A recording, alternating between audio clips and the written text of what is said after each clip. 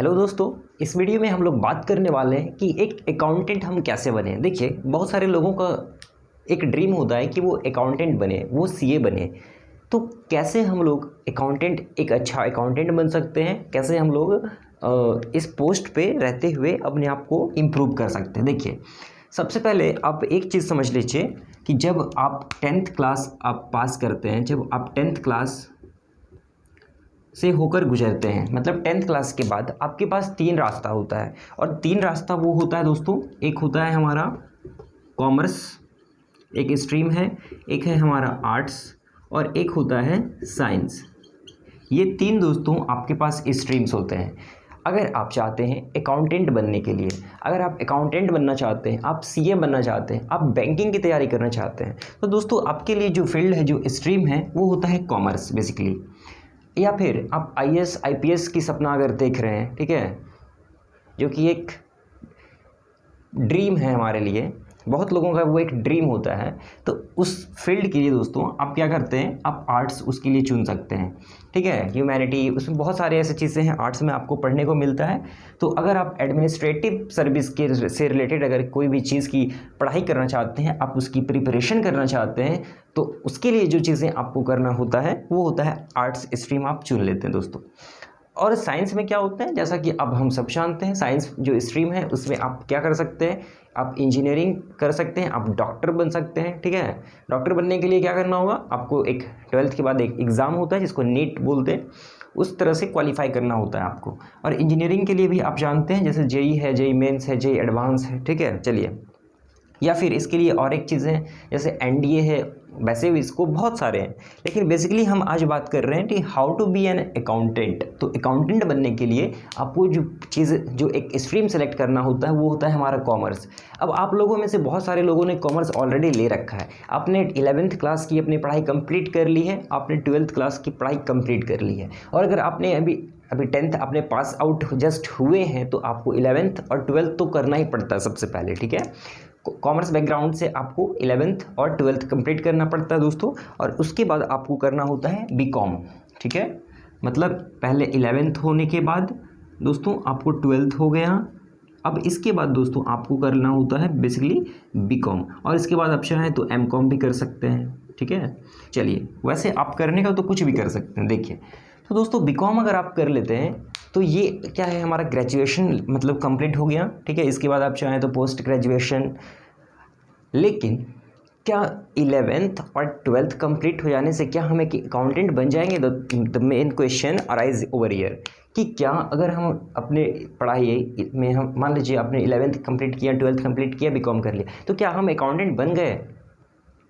जी हाँ, बिल्कुल बन गए, हम अकाउंटेंट बन गए। लेकिन यहाँ पे एक चीज़ क्या है, देखिए मैं आपको बता देना चाहता हूँ, हमारी जो मैनुअल हम लोग जैसे पढ़ते हैं, जैसे बहुत सारे चैप्टर्स आपने 11th में पढ़ा होगा, 12th में पढ़ा होगा, बीकॉम में पढ़ रहे हैं, लेकिन अकाउंटेंट जब आप एज अ अकाउंटेंट आप वर्क करेंगे तो आपको रियलाइज़ होगा कि चीज़ें बहुत इन सारी चीज़ों को हमें पढ़ने की ज़रूरत नहीं है। ठीक है, वैसे नॉलेज कभी बेकार नहीं होता है, मैं ये नहीं कह रहा हूँ, मेरे कहने का ये मकसद है कि कभी भी जब आप एक अकाउंटेंट के तौर पे काम करेंगे दोस्तों, तो आपको ये रियलाइज़ हो जाएगा कि बहुत सारी चीज़ें हमें जानना नहीं भी अगर हम जानते तो हमारा काम बन जाएगा। अब देखिए, अकाउंटेंट बनने के लिए हम बात करते हैं। सबसे पहले तो आपको क्या, आज जैसा कि आप जान रहे हैं कि सारा काम अगर होता है किसी भी फर्म में, किसी भी ऑर्गेनाइजेशन में, किसी भी कंपनी में, तो वो अकाउंटिंग सॉफ्टवेयर पे बेस होता है, मैनुअल काम आजकल नहीं होता है। ठीक है, तो अगर सॉफ्टवेयर पे काम हो रहा है, अकाउंटिंग सॉफ्टवेयर बहुत सारे आज अवेलेबल है मार्केट में, जिसमें सबसे पॉपुलर जो है एक हमारा है सैप, SAP सैप होता है जो बहुत पॉपुलर है। उसके बाद हमारा होता है एक है एक्चुअली टैली के बहुत सारे वर्जन्स पहले आए, कुछ दिन पहले टैली ERP 9 था, लेकिन अभी उससे भी एक अपडेट आया है, टैली प्राइम। तो टैली प्राइम ये जो एक अकाउंटिंग सॉफ्टवेयर है टैली जिसे हम कह रहे हैं, आपको इसका एक कंप्लीट नॉलेज होना चाहिए, फुल नॉलेज होना चाहिए। ठीक है, टैली का क्या, अब मेन क्वेश्चन ये आया, अगर हम नॉन कॉमर्स बैकग्राउंड से बिलोंग करते हैं तो हम क्या करें? तब क्या ये पॉसिबल है कि हम अकाउंटेंट बन जाएं? तो दोस्तों ये भी पॉसिबल है, इम्पॉसिबल तो कुछ नहीं है, लेकिन आपको बेसिकली कुछ अकाउंटिंग को सीखना पड़ेगा कि अकाउंटिंग हम लोग बेसिकली करते कैसे नॉर्मली। कुछ कुछ कंसेप्ट आपको पता होना चाहिए, आपको पता होना चाहिए कुछ जर्नल एंट्रीज आपको आना चाहिए, अकाउंटिंग में यूज़ होने वाले कुछ टर्म्स ही पता होना चाहिए, तब आप जाके दोस्तों एक अकाउंटेंट बन पाएंगे। ठीक है, तो ये हो गया टैली। अब देखिए, अब टैली के बाद आप ऐसा मत कीजिए कि आप किसी भी फॉर्म में चले गए और एज एन अकाउंटेंट आपको वो रख लेगा या आप करने लगे, ये एक गलत प्रोसेस है। कभी भी आप अगर टैली कर रहे हैं तो टैली सीख लेने के बाद दोस्तों आप डायरेक्ट कंपनी को अप्रोच मत कीजिए। हाँ, आप क्या कर सकते हैं, आप किसी सीए फर्म के साथ जुड़ जाइए। सीए फर्म में क्या होता है, आपको बहुत तरह के नॉलेज वहाँ पे मिलेंगे।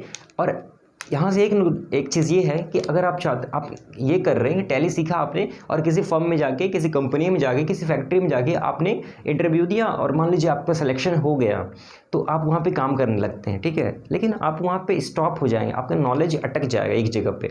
लेकिन अगर आप सीए फर्म के वहाँ पे आप नॉलेज लेने के बाद अगर अप्रोच करते हैं किसी कंपनी को, तो वहाँ पे आपको बहुत तरह के काम सीखने को मिलते हैं। जैसे है कि रिटर्न हम लोग कैसे फाइलिंग करते हैं, जैसे जीएसटी रिटर्न कैसे फाइल किया जाता है, जीएसटी R1, जीएसटी R3 भी क्या होता है, जीएसटी R2 क्या होता है, टीडीएस क्या होता है, टीडीएस हम लोग कैसे फाइल करते हैं, रिटर्न फाइलिंग कैसे होता है टीडीएस का, टीसीएस क्या होता है दोस्तों। उसके बाद इनकम टैक्स को हम लोग रिटर्न कैसे उसका फाइल करते हैं, इनपुट टैक्स क्रेडिट हम लोग कैसे लेते हैं, ईवे बिल, बहुत सारी ऐसी चीज़ें, जॉब वर्क का हम लोग कैसे ट्रीटमेंट करते हैं, बहुत तरह के नॉलेज आपको सीखने को मिलता है। बिल ऑफ एक्सचेंज, देखिए बिल ऑफ एक्सचेंज जो हमारा एक 11th क्लास में चैप्टर है दोस्तों, बिल ऑफ एक्सचेंज का जब हम लोग मतलब प्रैक्टिकली बिजनेस में उससे अगर हम लेन देन करते हैं, उस पर अगर हमारा कोई ट्रांजैक्शन होता है, तो उससे हम लोग बिजनेस में कैसे ट्रीटमेंट करते हैं, जब आपने एंट्री पढ़ रखा उसकी ज़रूरत नहीं होता है हमें।